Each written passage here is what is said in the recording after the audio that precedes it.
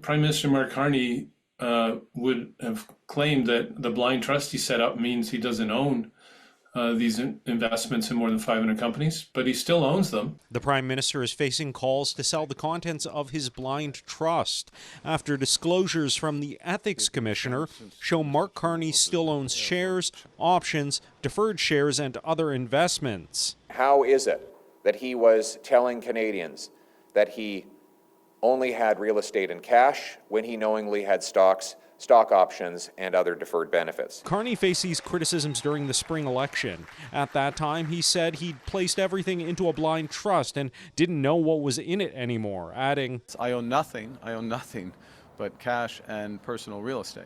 So, that's not going to change. But documents from the Office of the Ethics Commissioner shows precisely what the PM put into the blind trust, including shares of payment processor Stripe, options and deferred shares from Brookfield, and shares in hundreds of companies held in an investment account managed by a third party. But right now, Mr. Carney is clearly not blind of what he holds, because even we know what he holds due to this disclosure. And this will put him in an impossible position where he will be conflicted at every turn.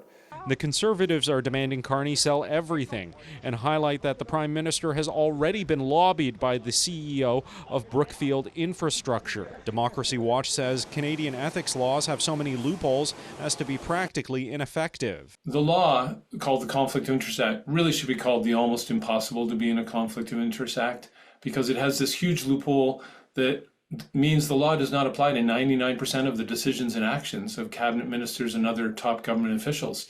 And that loophole needs to be closed for us to actually have an effective government ethics system.